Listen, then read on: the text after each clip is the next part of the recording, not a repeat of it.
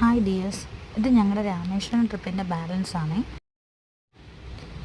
രാവിലെ ട്രെയിൻ ഇറങ്ങിയ ഉടനെ ഞങ്ങളെല്ലാവരും ഒന്ന് ഫ്രഷായിട്ട് ഒരു മിനി വാൻ ബുക്ക് ചെയ്ത് നേരെ പോയത് ധനുഷ്കോടിയിലേക്കാണ്. വെയിൽ വരുന്നതിന് മുമ്പ് പോയി വരാമെന്ന് കരുതിയാണ് പോയത് അങ്ങോട്ട്. ധനുഷ്കോടി ചെന്ന് കുറേ ഫോട്ടോസൊക്കെ എടുത്തു. ഇത് ധനുഷ്കോടി തന്നെയുള്ള പൊട്ടിയ പള്ളി, അവിടുത്തെ ബീച്ചിലൊക്കെ ഒന്ന് ഇറങ്ങിയായിരുന്നു. നല്ല ഭംഗിയുണ്ടായിരുന്നു. പക്ഷെ ഭയങ്കര വെയിലായിരുന്നു. രാവിലെ 8 മണി ആയതേ ഉള്ളൂ, പക്ഷെ വെയിൽ കണ്ടോ.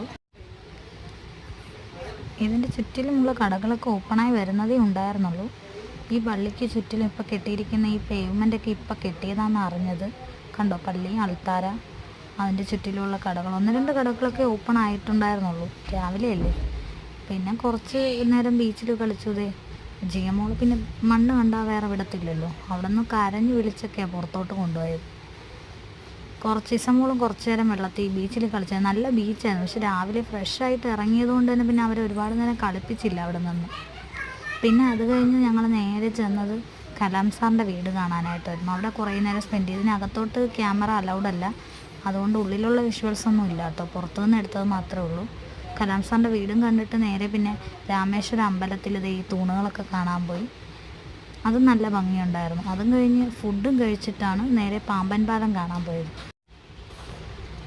പാമ്പൻ പാലത്തിൻ്റെ ഒരു അടിപൊളി വ്യൂ. പോയി ആരും മിസ് ചെയ്യാതെ ചെന്ന് കണ്ടേക്കണേ. വെയിലാണെങ്കിൽ നല്ല കാറ്റുണ്ടായിരുന്നു. അവിടെ നിന്ന് ഞങ്ങൾ നേരെ ചെന്നത് കലാം സാറിൻ്റെ മെമ്മോറിയൽ കാണാനാണ്. അവിടെയും ഉള്ളിൽ ക്യാമറ അലൗഡല്ല, പക്ഷെ അതും കണ്ടിരിക്കേണ്ട ഒരു സംഭവം തന്നെ കേട്ടോ. അടിപൊളിയായിരുന്നു രാമേശ്വരം ട്രിപ്പ്. പിന്നെ നേരെ സ്റ്റേഷനിലോട്ട് ചെന്നു.